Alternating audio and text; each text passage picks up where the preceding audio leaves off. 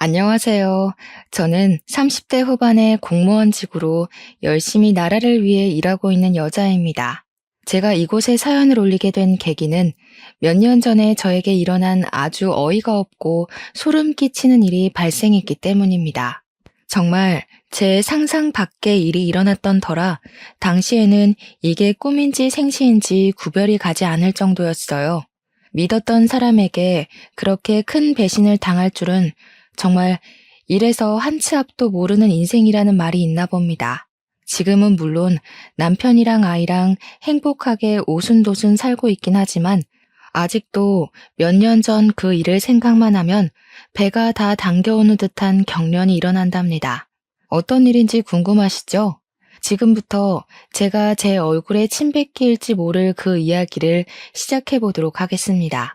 시간을 거슬러 올라가 남편과 처음 만났던 그 시절부터 이야기를 해볼까 합니다. 저는 남편을 처음 만날 당시 공무원이 되기 위해 시험을 준비하고 있었던 수험생이었습니다. 독서실은 너무 답답해서 저와 잘 맞지 않았고 도서관 열람실을 매일같이 문 열 때 들어가서 문 닫을 때 나오곤 했습니다. 열람실 자리 싸움이 은근히 치열하거든요. 그래서 매일 아침 7시에 가서 자리를 맡아서 공부를 하고 있었죠. 제 자리가 볕이 은근히 비치는 자리라서 등도 따숩고 밝아서 그 주변이 인기가 많았어요. 남편은 제 옆옆 자리에 앉아서 항상 공부를 하고 있었습니다. 원래 공부하는 애들의 규칙 같은 게 있거든요. 자기가 앉던 자리에 앉아서 공부를 해야지만 집중도 잘 되고 문제도 술술 잘 풀리는 그런 하찮은 징크스요. 그날 원하는 자리에 앉지 못하면 은근히 공부가 안 되고 신경 쓰이고 해서 하루를 망치곤 하거든요. 매일 아침 7시에 가서 문 열자마자 그 자리를 차지하고 공부를 하는 자리에 집착적인 사람은 물론 저와 남편밖에 없긴 했습니다. 그러다 보니까 서로에게 조금 안면이 있고 눈길이 가게 되었달까요? 관심이 생겼다는 건 아니고 그런 거 있잖아요. 자연스럽게 오늘도 왔네, 내일도 오려나 하는 그런 정도요. 그때는 둘 다 미친 듯이 공부를 할 때라 서로에게 말을 걸거나 궁금할 것도 없긴 했어요. 당장의 합격이 가장 중요한 일이었으니까요. 가끔 화장실에 갈 때나 음료를 뽑아 먹으러 움직일 때마다 남편의 자리를 힐끗 보면 공부 중인 책들이 질비해 있었는데요. 자연스럽게 남편이 변리사 시험을 준비하고 있다는 사실을 알게 되었어요. 변리사 시험은 웬만한 머리로 합격하기 힘들다는 이야기를 익히 들어 알고 있었기에 참 똑똑한 사람인가 보다 하고 말았죠. 제 시험이 코앞에 있는데 제가 뭐 남의 인생에 궁금해할 시간이 있었을까요? 아무튼 소위 말하는 코피 쏟을 정도로 빡세게 열심히 공부를 하고 있었던 어느 날 정말로 제가 코피를 쏟고 말았습니다. 제가 놀래서 정숙해야 하는 도서관에서 하고 소리를 내고 말았던 거죠. 제 소리에 놀란 남편이 저를 쓱 봤는데 제가 진짜 책에 뚝뚝 떨어질 정도로 코피를 흘리고 있으니까 자기도 깜짝 놀란 거예요. 자기도 모르게 헐 이러는 바람에 다른 자리에 앉아있던 사람들까지 인상 쓰면서 저희 다 쳐다보고 놀래서 저도 죄송하다고 사과드리고 그러고 나서 열람실 밖으로 뛰어나왔죠. 코피가 멈추질 않아서 막 휴지 뭉텅이로 틀어막고는 하늘을 보고 병원을 찾아가야 하나 하고 있었습니다. 그런데 뒤에서 누가 고개 젖히지 말고 숙이세요 하더라고요. 보니까 남편이 쫓아 나왔더라고요. 코피로 흠뻑 젖은 제 휴지를 가져가더니 새로운 휴지 뭉텅이를 주면서 코를 꽉 누르더라고요. 순간 아파서 인상을 쓰긴 했지만 그러고 조금 뒤에 코피가 멎어서 와 대박이다 하고 있었습니다. 뜻밖의 친절함을 만나서 가슴이 조금 두근거리기도 했던 것 같아요. 저한테 공부를 열심히 하시더니 코피까지 쏟는다면서 자기는 아무리 노력해도 코피는 안 나더라고 막 너털웃음을 짓더라고요. 순간 주변 공기까지 얼어붙는 듯한 어색함이 흘렀지만 제 코피를 닦아준 게 너무 고마워서 감사합니다 하고 인사를 했죠. 근데 제 코피를 닦다가 묻은 건지 뭔지 옷소매에 코피가 묻었더라고요. 피라서 잘 지워지지도 않을 텐데 너무 미안했죠. 제가 되게 조심스럽게 소매에 제 코피가 묻은 것 같다고 이야기를 하니까 아, 이거 아끼는 옷인데 하면서 옷을 살펴보더라고요. 아끼는 옷 같아 보이긴 했어요. 어쩐지 매일같이 그 옷만 입고 오더라니까요. 제가 멀뚱히 있을 수는 없어서 세탁비를 드리겠다고 말을 걸었더니 곰곰이 생각을 해보더니 그러지 말고 밥이나 한 끼 사달라고 하더라고요. 가난한 변리사 수험생이라면서 저한테 공무원 시험 준비하시나 봐요? 얼마 안 남았죠? 하면서 넉살 좋게 굴었어요.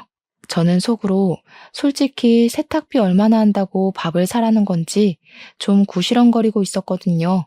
그래도 저한테 고마운 사람이니까 한 끼 사겠다고 했더니 예상 밖으로 도서관에 있는 매점에 가서 우동을 시키더라고요. 여기 우동 국물이 진짜 끝내준다고 아무래도 대기업 우동 국물 받아다 쓰는 것 같다고 하더라고요. 은근히 웃긴 모습도 있고 사람이 수더분하기도 하고 밥 먹는 내내 어색할 것 같았는데 의외로 재밌고 어색하지도 않았습니다. 그렇게 3개월 정도를 더 도서관에서 매일 보면서 눈인사도 하고 가끔 같이 밥도 먹고요. 뭐 그래봐야 우동이긴 하지만요. 그렇게 커피까지 나눠 마시는 사이가 되었습니다. 저는 시험 전날이 다가왔고 오늘이 마지막 도서관 출입이 되겠다고 깊은 다짐을 하면서 공부를 시작했어요. 그런데 옆자리에서 계속 저를 힐끔힐끔 보던 남편이 저한테 쪽지를 하나 건네주더라고요. 내일 시험이죠? 이렇게 쓰여있는 쪽지를요. 제가 고개를 끄덕이니까 잠깐 나가서 커피라도 한잔하자고 하더라고요. 남편을 뒤따라서 나가니까 저한테 초콜릿 상자 하나를 내미는 게 아니겠어요? 시험 잘 보고 오라고 꼭 합격하라면서요. 그러더니 혹시 합격이라도 하면 내일부터 도서관에 나오지 않는 거냐고 물어보더라고요. 이 차는 면접이라서 굳이 나올 필요 없을 것 같다고 이야기하니까 번호를 좀 알려달라고 했습니다. 얼굴이 빨갛게 변해서 이야기를 하는데 괜히 저까지 얼굴이 달아오르는 느낌이었어요. 못 알려줄 것도 없다 생각해서 번호를 교환하고 저는 다음날 공무원 시험을 봤고요. 가채점 결과 무난하게 합격할 수 있을 것 같았습니다. 공무원 시험을 준비한 지 1년 만에 저는 최종 합격을 했고 공무원이 되었습니다. 가족들은 당연히 난리가 났죠. 노후가 제대로 보장이 된 공무원이 되었으니 이제 시집만 잘 가면 된다고요. 저도 무척이나 기뻤지만 그 기쁨 가운데 속 어딘가에 남편의 시험이 궁금하고 생각이 났어요. 제가 시보 생활을 끝마친 뒤 주민센터에 발령이 나서 일을 하는 동안에도 남편은 열심히 공부를 하고 있었습니다. 공무원이라는 게 민원만 잘 해결해서 끝이 나는 게 아니더라고요. 정말 일이 너무 나빠서 정신이 없을 정도였습니다. 이 일을 어떻게 한 사람이 다 했을까 싶기도 했고요. 인원이 하루빨리 충원되기만을 기다렸죠. 그렇게 바쁜 와중에도 사람들은 죄다 연애도 하고 취미생활도 즐긴다고 하잖아요. 저도 뭐 별반 다를 거 없는 인간이더라고요. 하루가 어떻게 흘러가는지 모를 정도로 일이 바쁜 와중에도 틈틈이 남편과 연락은 이어나갔습니다. 저한테 오늘 하루는 어땠냐? 자기는 날 공부하느라 정신이 없다. 이런 식으로 연락이 오면 저는 실무를 맡게 되니까 너무 어렵다. 공무원 시험에 나오는 문제들이랑 실무는 너무 다르다 하면서 일상 대화를 이어나갔죠. 남편은 주말에도 공부를 해야 하니까 사실 만나서 밖에서 뭐 데이트를 한다거나 하는 일은 없었지만 도서관에는 휴관일이라는 게 존재한답니다. 나라에서 운영하는 공간이다 보니 주에 한 번 휴관일이 꼭 있거든요. 그때나 잠깐 만나서 못다한 이야기를 꽃피웠죠. 제가 일하는 주민센터가 도서관이랑 멀지 않은 곳이라는 것도 큰 장점 중에 하나였어요. 점심시간에 실무관들이랑 같이 밥을 먹지 않아도 되는 날에는 도서관에 가서 남편이랑 같이 우동을 먹었거든요. 그렇게 시간을 보내다 보니까 어느 날 문득 우리가 데이트를 하고 있는 게 아닌가 하는 생각이 불쑥 들더라고요. 저는 항상 명확한 걸 좋아하는 성격이었기에 그냥 남편에게 대놓고 물어보았습니다. 혹시 우리 무슨 사이인지 알아요? 하고요. 한참 말이 없던 남편이 저한테 쑥스러워하면서 말을 하더라고요. 사실은 어떻게 말을 해야 하나 고민을 하긴 했었다면서 우리 사귈래요? 하고요. 저도 뭐 남편한테 스며들고 있었던 터라 고개를 끄덕이며 긍정의 표시를 보냈고 우리 둘은 그날부터 연인 사이로 발전하게 되었습니다. 남편은 저와 연애를 시작한 지 얼마 되지 않아 변리사 시험을 보았고요. 아쉽고 슬프게도 1차에서 낙방을 하고 말았습니다. 변리사 자격증을 따는 게 정말 쉬운 일이 아니더라고요. 물론 공무원 시험도 쉬운 건 아니었지만 조금 차원이 다르다고나 할까요? 진짜 쟁쟁한 똑똑이들 사이에서 치열하게 경쟁을 해내고 쟁취를 해야 했어요. 저라고 쉽게 공무원이 된 건 아니지만 변리사 시험은 아예 1년을 통으로 써가면서 시험을 봐야 하니까 힘들긴 하겠더라고요. 남편은 다음 시험을 준비하기 위해 공부에 다시 돌입을 하게 됐고요. 저는 제 월급을 털어가면서 남편의 뒷바라지를 시작했습니다. 도시락을 싸들고 찾아가서 배를 채워주기도 했고, 쉬는 날 남편이 도서관에서 공부를 하니까 저는 그 옆에 앉아서 책을 보기도 했고요.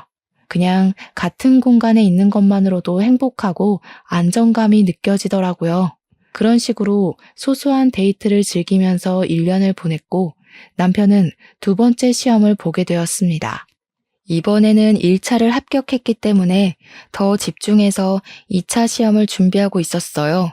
4개월이라는 시험 준비 기간이 존재했기에 남편은 정말 마지막이라고 생각하고 준비를 할 거라고 다짐을 했죠. 4개월은 정말 꼬박 공부에만 매달렸음에도 남편은 2차 시험 결과를 낙방으로 맞이해야 했습니다. 그렇게 연말은 찾아왔고 남편과 저는 우중충한 분위기로 새해를 맞이할 준비를 시작했어요. 그렇게 2년 가까이 만나오면서 나이가 어느 정도 혼기에 가까워져 오게 되었습니다. 물론 남편과 알게 된 시간은 좀 더 길었지만 연인이 된 시점으로 봤을 때는 2년이었죠. 제 나이가 벌써 35살에 접어들었고 집에서는 공무원 딸내미 언제 시집가나 목 빠지게 기다리고 계셨어요. 솔직히 공무원이 월급은 좀 작을지 몰라도 연금 생각하면서 버티는 거 아니겠습니까? 정년도 길고 노후 보장은 정말 확실한 직업이니까요. 게다가 나라의 녹봉을 먹는 직업이니 국가에서 지원이 나오는 것도 꽤 괜찮은 게 많았거든요. 자연스럽게 선자리가 줄줄 이어지곤 했습니다. 그때마다 저는 당연하게도 만나는 사람이 있다고 거절을 하긴 했었는데 저희 집에서는 무척이나 탐탁지 않아 했습니다. 변리사 시험을 준비 중인 남편은 기약 없이 공부를 해야 하는 입장이었으니까요. 공부만 죽으라고 하는 사람이 돈이 있겠습니까? 당연히 돈도 없고 돈을 벌지도 못하는 입장이었으니까 우리 딸이 뭐가 모자라서 저런 남자를 만나냐고 했어요. 같은 공무원이나 아니면 교사 같은 사람이라도 만나면 정년까지 얼마나 안정적이겠냐고 저를 설득하셨죠. 어쩐지 선자리를 들이밀 때마다 저랑 비슷한 직업군에 있는 사람들로 추려오시더라고요. 저는 버티다 안 되겠기에 남편에게 솔직하게 이야기를 했습니다. 집에서는 제가 하루라도 빨리 결혼하길 원하고 있다고요. 안정적인 직장을 가지고 노후가 보장된 사람이랑 결혼하기를 바라고 있어서 그런 사람들을 골라다가 선자리를 들이민다고 했습니다. 그때 남편은 정말 바보 같게도 저에게 헤어지자고 이별을 고했습니다. 자기가 앞으로 몇 년을 더 공부하게 될지 기약이 없다면서 부모님 마음에 쏙 들 수 있는 좋은 사람을 찾아가라고 했어요. 그런 남편의 자신 없는 모습에 저도 지쳐서 헤어지겠다고 해버렸습니다.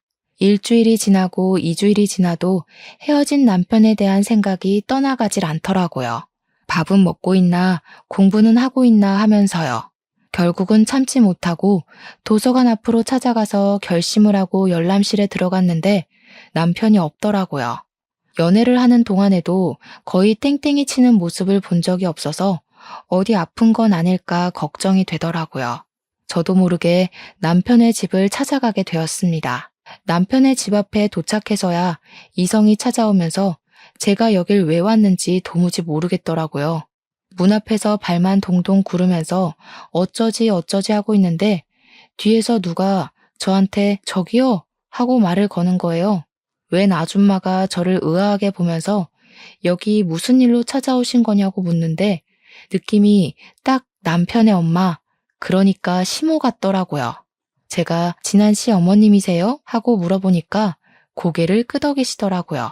솔직하게 이야기를 하는 게 좋을 것 같아서 사실은 내가 진한 씨랑 오래 만난 여자친구라고 헤어졌는데 도무지 걱정이 되고 보고 싶고 해서 찾아왔다고 말을 했습니다. 그러니까 어머님께서 어머 하시더니 안 그래도 진한이가 요즘 도서관도 안 가고 정신 나간 사람처럼 굴고 있어서 걱정이었다고 하셨어요. 일단 집으로 들어오라는 말에 염치불고하고 집에 들어가니까 술 먹고 자고 있을 거라며 방을 알려주시더라고요. 연애하는 와중에도 남편이 술을 마시는 걸 단 한 번도 본 적이 없었는데 술을 먹고 뻗었다고 하니까 걱정이 되면서도 한편으로는 열이 받더라고요. 저는 전전긍긍 지 생각만 하느라고 일도 실수하고 멍 때리고 그랬는데 속 편하게 술 처먹고 자고 있다고 하니까 화가 안 나겠어요? 방에서 자고 있을 거라고 하셨으니까 방문을 벌컥 열었는데 술 냄새가 진짜 온통 진동을 하는 겁니다.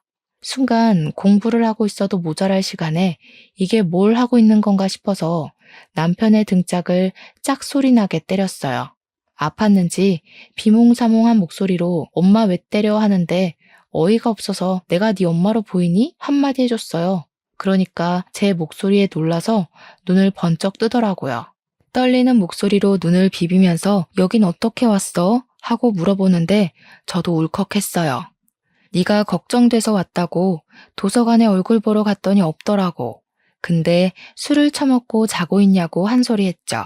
갑자기 제 손을 덥석 잡으면서 미안하다고 자기가 실수했다고 저 없이는 못 살 것 같다고 하면서 엉엉 울더라고요. 뒤에서 조용히 지켜보시던 어머님께서 쟤는 왜 저래 하는 눈빛으로 남편을 바라보고 계셨습니다. 남편은 아랑곳하지 않고 너랑 헤어지고 공부도 안 돼서 내내 술만 먹었다고 자기 버리지 말라고 애원을 했어요. 저한테 어떻게든 자기가 변리사가 되어서 호강시켜 줄 테니까 제발 선보지 말라고 하더라고요. 가만히 듣고 계시던 어머님께서 저를 뚫어지게 쳐다보시면서 아가씨, 선 봐요? 하시더라고요.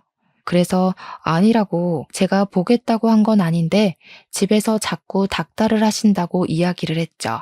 어머님께서 한숨을 푹 쉬시면서 자기가 다 미안하다고 하셨어요.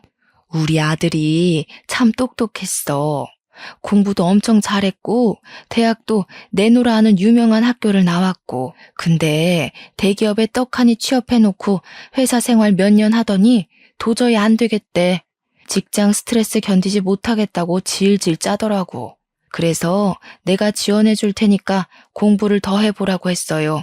우리 아들이 공부 하나는 기가 막히게 잘했으니까 잘할 거라고 생각했는데 이렇게 2년이나 보낼 줄은 몰랐어. 원래 변리사 시험이 한 번에 되기 힘든 거 알고 있어요. 전 이해하고 기다릴 수 있어요. 무작정 기다리라고만 할 수도 없고. 아가씨네 집에서 물론 우리 아들이 부족해 보이겠지. 그렇겠지만 우리 아들이랑 결혼을 할 생각은 없어? 갑자기 결혼을 이야기하시는 바람에 저는 놀라서 눈을 동그랗게 떴습니다. 아주 잠시 고민을 하다가 솔직히 털어놨어요. 현실적으로 무지개 공부하는 남편을 두고 당장 제 월급만 가지고 생활하기가 쉽지 않을 거라고요. 그러다 애라도 덜컥 가지면 정말 막막할 것 같다고 언제 취직이 될지도 모르는 거고 그렇다고 아예 결혼 생각이 없는 것도 아니라고 했습니다. 이번에 짧은 이별을 겪어보니까 서로에 대한 마음이 얼마나 깊은지 한 번 더 깨닫게 된 것 같다고요. 그 말을 끝마치기 무섭게 시모가 저한테 갑자기 재산 자랑을 하시더라고요. 내가 우리 남편이 병으로 급사하고 받은 보험금을 어찌 굴려야 하나 고민을 했거든. 그러다가 독거노인 할머님들이 만든 소품을 판매하기로 사업을 시작했어. 이게 인터넷에 꽤 소문이 퍼져가지고 주문도 많이 받고 봉사재단에서 후원도 들어오기 시작하면서 꽤 수익이 남아. 좋은 마음으로 시작해서 그런 건지 다 내 돈복으로 돌아오더라. 우리 아들이 시험에 합격할 때까지 내가 부족한 부분은 채워줄게. 그러니까 우리 아들이랑 결혼해서 살아주면 안 될까? 그 말을 하시는데 이게 단지 돈자랑으로만 보이지 않고 정말 어머님이 아들을 끔찍하게 사랑한다는 모성애가 느껴졌어요. 제 손을 꼭 잡고 있는 남편과 저한테 아들을 잘 부탁한다고 말하는 시모 사이에서 진퇴양난이라면 그렇게 보일 수도 있겠지만 저는 좋았습니다. 남편에게 정식으로 프로포즈를 받고 집에다가 결혼을 하겠다고 이야기를 했습니다. 친정에다가는 통보식으로 전했더니 부모님께서는 당연히 난리가 나면서 반대를 시작하셨죠. 어떻게 다른 직업도 아니고 백수사위를 맞으라고 이야기를 할 수 있냐고요. 아무리 사돈어른이 가진 돈이 있다고 해도 그렇게 평생 살 수 없지 않냐고요. 사업하는 사람이 언제까지 사업이 잘 될 거라는 보장도 없고 귀하게 키운 딸 그런 불구덩이 속으로 보낼 수 없다고 하셨어요. 죽어도 안 된다고 머리까지 싸매고 반대를 시작하셨고 우리 남편은 문전박대를 당하기 일쑤였으며 소금을 맞기도 했습니다. 그럴 때마다 저도 부모님께 얼마나 화를 냈는지 몰라요. 공부하기도 바쁜 사람인데 매일같이 찾아와서 시간을 낭비하는 것도 서러웠고요. 아들이 이런 취급을 받는 걸 아시면서도 시모는 저를 응원해 주었습니다. 우리 아들이 죽고 못 산다는데 조금만 버텨달라고요. 제가 다 얼굴이 화끈거리고 죄송해서 할 말이 없었죠. 그렇게 한 달을 꼬박 매일같이 찾아와서 갖은 모욕을 당하면서도 제가 없으면 죽어도 안 된다는 남편에게 우리 엄마가 먼저 함락당하셨습니다. 우리 남편이 참 성품도 바르고 또 시모가 독거노인을 위한 사업을 하고 있다는 걸 알게 되면서 인성은 훈훈한 집안이라고 느끼신 거죠.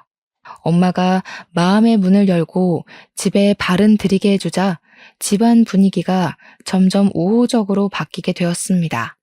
철옹성 같은 우리 아빠는 끝까지 반대 의견을 굽히지 않았으나 결국 상견례 자리를 가지게 되었습니다. 물론 상견례 자리까지 오기에는 저의 단식 투쟁이 좀 큰일을 하긴 했죠. 결혼 허락을 해주지 않으면 집에 발도 들이밀지 않겠다. 내가 손주를 두루두루 낳고 살 때 아빠는 외롭게 살아갈 거라고 항쟁한 결과였습니다. 상견례 자리에서 시모는 고개를 연신 숙여가며 모자란 아들을 받아주셔서 정말 감사드린다고 인사를 하셨어요. 귀한 딸을 며느리로 맞이할 수 있게 허락을 해주셔서 감사하다고요.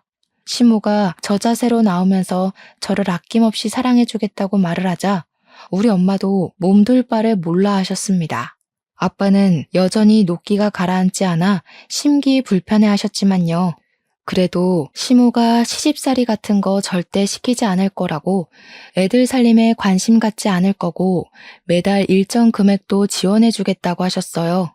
집도 원한다면 본인 이름으로 대출을 받아서 해줄 거라고 하니 그제야 아빠의 화가 점점 가라앉았죠. 세상에 어느 부모가 자기 딸을 귀하게 대접해주겠다고 연신 굽신거리는데 싫은 사람이 어디 있겠습니까? 결국엔 다들 웃는 얼굴로 상견례 자리를 마치게 되었고 자연스럽게 결혼식 날을 잡게 되었습니다. 제 친구들이며 공무원 동료들은 백수랑 결혼한다는 사실에 무척이나 놀라워했습니다. 누구보다 안정적인 노후를 위해 달려온 저의 파격적인 행보에 얼마나 사랑하면 저럴 수 있을까 싶었던 거였겠죠. 사랑으로 감싸 안을 수 있다는 사실은 정말 변하지 않았습니다. 저는 남편과 결혼을 했고 신혼여행은 나중에 남편이 변리사 시험에 합격하고 나면 가자고 약속을 걸었습니다. 지금은 무엇보다 합격이 제일 중요했고 공부를 해야 할 시기였으니까요. 변리사 1차 원서 접수가 시작이 되었고 남편은 매일 밤 10시까지 도서관에서 공부를 하고 집으로 돌아와 또 공부를 했습니다. 저는 출근을 해야 했기에 패턴이 남편과 맞지 않았고 혼자 자야 하는 날이 늘어났지만 그래도 좋았습니다. 남편이랑 한 공간에 있다는 사실 자체가 안정이 되는 일이더라고요. 주말에 가끔 외출도 하고 맛있는 것도 사 먹으면서 소소한 데이트를 즐기며 살았는데 아무리 그래도 수험생이니까 매번 나가 놀 수는 없지 않겠습니까? 가고 싶은 맛집이나 예쁜 카페들도 리스트만 쭉 세워놓고 남편에게 가자는 말은 못하고 고민만 하고 있었죠. 우리 부모님한테 가자고 이야기를 하면 아빠가 뻔히 그런 남편 만나니까 데이트도 못하고 고생하는 거 아냐? 라고 할 게 뻔했거든요. 어쩔 수 없이 시무한테 혹시 어머님 저랑 데이트나 한번 하실래요? 하고 연락을 드렸죠. 그랬더니 시모가 처음에는 뭘 그런 아기자기한 곳을 자기랑 가냐며 피하시다가 남편이 공부 중이기도 하고 제가 다른 남자랑 갈 수는 없잖아요 하니까 가자고 하시더라고요. 한 번, 두 번 그렇게 저랑 맛집에 줄을 서서 밥을 먹기도 하고 예쁜 카페에 가서 서로 사진도 찍고 하면서 시간을 보내니 즐거우셨나 봐요.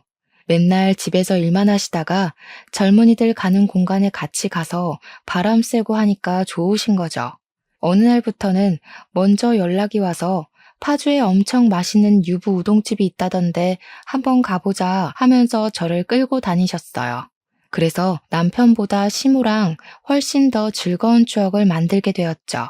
항상 시모는 저에게 네가 우리 집안의 복덩어리다. 내가 우리 며느리 덕에 노후가 행복하다 하시면서 저를 축혀 세워주셨습니다. 다 늙어서 이렇게 맛집이라는 곳에 가서 줄 서서 밥도 먹어보고 젊은 애들이 가는 아기자기한 카페에 와서 수다를 떨고 여유를 즐기게 될 줄 몰랐다고 하시더라고요. 어머님이 자기 젊었을 때 이런 곳이 없었던 것도 있지만 시부가 이런 데에 데리고 올 생각도 안 했다고 하셨어요. 결혼 생활 내내 집에서 살림하고 밥 차리고 한 기억밖에 없다면서 즐거운 추억이 없었다고 하시더라고요. 건설업에 종사하셨던 시부는 맨날 영업을 뛰러 다녔기에 허구한 날 술만 먹고 들어오셨대요. 술이 해독이 되기도 전에 또 마시고를 반복하다가 결국에는 간이 급격하게 나빠지면서 급사를 하게 되었다고 하더라고요. 아이를 하나 가지게 된 것도 정말 우연치 않게 생긴 거라고 하시면서 같이 잠자리를 드는 날이 거의 없었다고 하셨습니다. 그러면서 제 손을 잡고 공부하는 남편 힘들지 않냐고 잘 버텨내고 이겨내줘서 고맙다고 하시는데 눈물을 뚝뚝 흘리시더라고요. 어디서 이런 똑부러진 아이를 며느리로 맞이할 수 있겠냐면서 복덩이다 우리 복덩이 하셨습니다. 저는 어머님이 잘 봐주신 덕이라고 앞으로 효도할 수 있게 노력할 거라고 남편도 시험에 꼭 붙을 거라고 했습니다. 이번 시험에도 남편은 1차 시험에 당당하게 합격을 했고 2차 시험을 준비하느라 정신없었죠. 그러던 와중에 남편이 고시원에 들어가서 아예 먹고 자는 시간 이외에 공부에만 집중을 하고 싶다고 이야기를 했어요. 저는 남편을 믿었기에 허락을 해주었고 응원도 해주었습니다. 주민센터에 일이 익숙해진 저는 삶의 여유를 더 만끽할 수 있게 되었고요. 주말에는 시모랑 데이트를 하고 가끔은 친정에 놀러가서 즐거운 신혼생활 이야기도 털어놓고요. 남편은 고시원 생활을 하는 와중에도 틈틈이 공부 중인 사진도 찍어서 보내주기도 했고 밥 먹는 사진을 올려주기도 했습니다. 떨어져서 지내야 하니 서운한 마음도 들긴 했지만 저는 남편의 공부를 열심히 응원했습니다. 그러던 어느 날 TV 프로그램에서 어머님의 사업을 취재하러 나온 거예요. 그동안 독거노인을 위한 프로젝트를 진행하면서 소문은 꽤 있었지만 제대로 빛을 발한 순간은 없었거든요. 방송에서 정말 꼼꼼하게 취재를 했고 폭발적인 반응이 일어나게 되었습니다. 저렇게 대단한 일을 하는 업체도 있구나 하면서 사람들이 관심도 가져주고 기사도 많이 쏟아지고 각종 매체에서 어머님의 인터뷰를 따내려고 노력했죠. 어머님은 순식간에 유명인사가 되었고요. 사업은 이전과 비교할 수 없을 정도로 엄청나게 성장하게 되었습니다. 남편은 2차 시험을 무사히 치렀고 그렇게 또 한 해가 저물어가게 되었습니다. 남편은 변리사 시험을 본 지 4번째 만에 드디어 합격이라는 것을 하게 되었습니다. 정말 세상을 다 가진 기분이 들었다니까요. 어머님 사업은 잘 되지 남편은 변리사가 되었지. 남편은 저에게 이제 우리 고생 끝난 거나 다름없다고 행복길만 열렸다면서 저를 업고 아파트 단지 한 바퀴를 돌겠다고 난리를 쳤어요. 우리 시모는 그런 남편을 보면서 주책이다 주책이야 하면서도 우리 남편 고생했다고 토닥여 주었죠. 친정에서도 드디어 변리사 사위 얻었다면서 축하 파티를 열어주셨습니다. 그렇게 당당하게 자격증을 따고 그동안 쌓아두었던 경력들이 빛을 발할 시간이었습니다.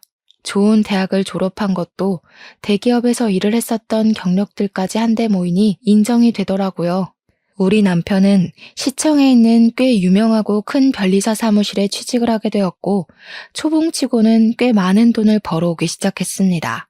정말 너무나도 다행인 건 돈을 벌면 갖은 유혹에 시달릴 법도 한데 우리 남편은 정말 저밖에 모르는 사람이었다는 겁니다. 월급도 전부 저에게 갖다 바치고 합격했으니까 신혼여행을 다녀오자는 약속을 지키겠다고 하더라고요. 저는 생각도 해보지 않았던 신혼여행이라 무척이나 들떠 있었습니다. 구정 연휴에 앞뒤 연차까지 모조리 붙여서 길게 신혼여행을 다녀왔어요. 어머님께서는 저에게 가서 펑펑 쓰고 놀라며 큰 돈을 쥐어주시기도 했습니다. 우리 아빠도 드디어 변리사 명함이 찍힌 우리 남편을 보면서 인정을 해주었고요. 앞으로 우리 사위는 건강만 하라고 마음을 쏙 뒤집으셨네요. 그렇게 행복한 나날이 지속되는 줄 알았건만 남편이 새로 취직한 회사가 일이 정말 많은 회사였습니다. 가 신입이라고 일을 좀 적게 주나 했더니 정말 얄짤없이 굴려먹더라고요. 저는 어쩔 수 없이 주말 데이트는 시모와 함께 해야겠구나 하면서 새로운 맛집을 찾아 리스트를 정리하고 있었어요. 그런데 우리 시모도 사업이 갑자기 번창하게 되었다고 했잖아요. 그러다 보니까 인터뷰며 다른 기업이랑 협업이며 엄청 바빠지게 된 것이었죠. 공무원 생활도 바쁘다고 다들 입 아프게 이야기를 하는데 시모와 남편에 비하면 저는 정말 세 발의 피였습니다. 시모를 만나는 횟수가 점점 줄어들게 된 건 어쩔 수 없는 일이었어요. 일이 많이 바쁘시니까 지방 출장까지 가니까 내가 이해해야지 했죠. 그런데 어느 날부턴가 제가 전화를 하고 문자를 해도 시큰둥한 반응을 보이시는 게 아니겠어요? 주말에 바쁘시냐고 지난번에 못 가본 맛집에 가자고 이야기를 하면 저한테 그날은 다른 회사 사모님들이랑 약속이 있다고 거절하시고요. 또 어떤 날은 같이 협업을 하기로 한 대기업 임원들이랑 골프를 치러 가기로 했다고 바쁘다고 하시고요. 저는 우리 시모가 골프를 칠 줄 안다는 사실도 전혀 모르고 있었거든요. 오죽하면 저한테 화나신 게 있는 건가 싶을 정도였어요. 저한테 예전처럼 다정하지 않고 쌀쌀맞게 이야기를 하셨거든요. 하루는 남편이랑 같이 시댁에 갔는데 시모가 남편을 보면서 활짝 웃으시고는 우리 귀한 아들 어서와 하시더니 저를 보고는 왔니? 한마디 하시는 거예요. 제가 하도 이상해서 어머님 저한테 서운한 거 있으세요? 하니까 내가 너한테 뭐가 서운하겠니? 그냥 속이 터지는 거지 하더라고요. 제가 무슨 일이냐고 묻자 손을 휘휘 저으면서 아무것도 아니라고 자기 속이 시끄러운 거니까 내버려 둬라 하시대요. 같이 밥 먹는 내내 저를 한 번 보고 한숨, 남편 한 번 보고 한숨 하시더니 너네 아이는 언제 가질 거니? 하고 물으셨어요. 남편이 이제 슬슬 준비해 보려고 한다고 대답하자 어머니께서 굳이 애를 꼭 낳아야겠니? 하시더라고요. 제가 아무 소리 안 하고 있다가 어머님 손주 보고 싶다고 하셨잖아요. 하니까 저를 쓱 보시더라고요. 아니 뭐 너네가 언제까지 같이 살지도 모르는 거고. 순간 제가 이게 무슨 소리인가 싶어서 아무 말도 못하고 있는데 남편이 엄마 그게 무슨 소리야? 하면서 짜증을 확 냈어요. 그러니까 시모가 움찔하면서 아니 뭐 사람 이름 모르는 거 아니냐고 말이 그렇다는 거지 하시대요. 저는 너무 충격이었죠. 갑자기 어머님이 저한테 왜 저러나 싶고요. 그렇게 2달이라는 시간이 흐르는 동안 어머님은 대놓고 제 연락을 피하기 시작하셨어요. 가끔 연락이 닿거나 어머님께서 전할 말이 있어 전화를 하실 때도 꼭 끝에는 아이를 갖지 말라고 몇 번이나 말을 하셨죠. 저도 슬슬 기분이 나빠지더라고요. 언제는 간이고 쓸개고 다 빼줄 것처럼 하더니 애도 싫다 저도 싫다 하시니까요. 저는 딱히 잘못한 것도 없는데 갑자기 내쳐지는 기분이 들어서 빈정상했죠. 그러던 어느 날 어머님께서 갑자기 저한테 만나자고 하시더라고요. 알겠다고 언제가 좋겠냐고 물어보면서 말을 했죠. 어머님, 지난번에 가려고 했다가 못 갔던 시장에 있는 맛집 가실래요? 하니까 저한테 무슨 시장에서 보자고 하냐며 넌더리를 치시는 거예요. 어머님 시장 구경하시는 거 좋아하셨잖아요 하니까 그것도 다 옛날 아니냐고 이제는 급이 다르대요. 잘 나가는 사업가에 변리사 아들까지 뒀는데 내가 시장 통해서 밥을 먹는 게 말이 돼? 언제는 1,000원짜리 핫바도 맛있게 나눠 먹었는데 저러니까 진짜 이상하더라고요. 방송을 탄 이후에 몇 개월을 회장 사모며 무슨 기업 임원들이며 하는 사람들이랑 어울리고 다니시더니 아무래도 그쪽에 물이 든 것 같았습니다. 저한테 주소를 보내주시면서 무슨 명품 매장 안에 있는 카페로 오라고 하시더라고요. 저는 명품 가방 파는 매장에서 카페까지 운영을 하는지 처음 알았습니다. 무려 집에서 40분이나 떨어져 있는 압구정동까지 오라고 하길래 멀리 떨어진 곳으로 부르는 시무가 영 이해가 안 됐습니다. 그래도 그쪽으로 나오라고 통보를 하셨으니까 어쩔 수 없이 갔죠. 장소에 도착을 하고 나니까 시무가 이미 이전에 약속이 있으셨나 보더라고요. 진주 목걸이를 치렁치렁하게 늘어뜨린 사모님처럼 보이는 여자랑 커피를 마시고 계셨습니다. 제가 어머님하고 부르니까 휙 돌아보면서 왔니? 한마디 하셨어요. 이 자리에 앉아도 되나 고민하고 있는데 그 사모님처럼 보이시는 분이 저를 보고 이분이 며느님? 하시더라고요. 근데 어머님이 맞아요 하는데 그 표정이 뭔가 상당히 이질적으로 느껴졌어요. 저를 위아래로 쭉 길게 훑어보는데 동물원 원숭이라도 된 기분이 들어서 별로더라고요. 시모가 저한테 갑자기 시비를 걸더라고요. 예, 너는 내가 여기까지 불렀으면 옷 좀 차려입고 오지. 이게 뭐니? 촌스럽게. 평소에 입고 다니는 그대로 입었는데 무슨 문제라도 있나요? 네가 들고 다니는 가방도 엘사 짝퉁이잖아. 내가 정말 부끄러워서 원. 어머님, 그럼 여기 명품 매장이던데 저 가방 하나 사주세요. 어머 얘가? 공무원 월급 쥐꼬리만큼 버는 주제에 명품 가방이 가당키나 하니? 남들은 지 시모한테 턱턱 사다 바친다던데 네 월급 3달 모아봐라. 여기 가방 하나 살 수 있나? 순간 제가 너무 부끄러운 거예요. 진주 목걸이를 한 사모가 그 사이에 일어나서는 먼저 가본다고 인사를 하는데 우리 시모가 벌떡 일어나서 고개를 숙이더라고요. 사모님, 다음에 뵙고 다시 이야기 나누자고 굽신거리면서 제가 잘 타이를게요 하는데 이게 뭐지 싶었어요. 그 사모님이 가시고 나서야 여기까지 무슨 일로 부르신 거냐고 물어보니까 시모가 저를 빤히 보더니 충격적인 이야기를 하시더라고요. 예, 내가 너 미워서 하는 소리 아니다. 우리 아들이 변리사가 되고 곧 억대 연봉을 받을 예정인데 한 달에 겨우 200만 원 버는 너랑은 급이 안 맞지 않겠니? 나도 사업이 잘 풀리고 나니까 내놓으라 하는 기업들 사모님한테서 이런저런 이야기를 듣게 되더라. 방금 나가신 사모님이 A기업 사모님인데 그 딸이 이혼해서 혼자라고 하더라고. 저는 시모가 무슨 이야기를 하는지 전혀 감이 오지 않아서 그냥 듣고 있었어요. 우리 아들이 변리사라고 하니까 마음에 든다고 하시면서 결혼했냐고 묻대. 하긴 했다고. 근데 언제 헤어질지는 모른다고 했지. 어머님, 그게 지금 무슨 소리세요? 자기 딸도 돌싱이라면서 애만 없으면 이혼시키고 재혼시키는 게 어떻겠냐고 하시더라. 집안도 빵빵하고 딸이 음악을 했는데 음대에서 교수하고 있대. 너랑은 완전히 급이 다르지 않니? 그래서 지금 저보고 이혼이라도 하라는 말씀이세요? 공무원 시험 한 번에 합격했다더니 말귀를 잘 알아듣는 건 아주 좋아. 우리 아들 좀 놔주라. 우리 아들 재혼하면 더 잘 나갈 수 있는데 내가 마음이 급해서 너무 섣부르게 결혼을 시켰어. 제가 진짜 어이가 없어가지고 믿었던 시모에게 발등 제대로 찍힌 거죠. 저도 할 말은 해야겠다 싶었습니다. 제가 어머님 아들이랑 결혼해서 백수이던 시절에 돈 다 벌어와서 먹여 살린 거 아시죠?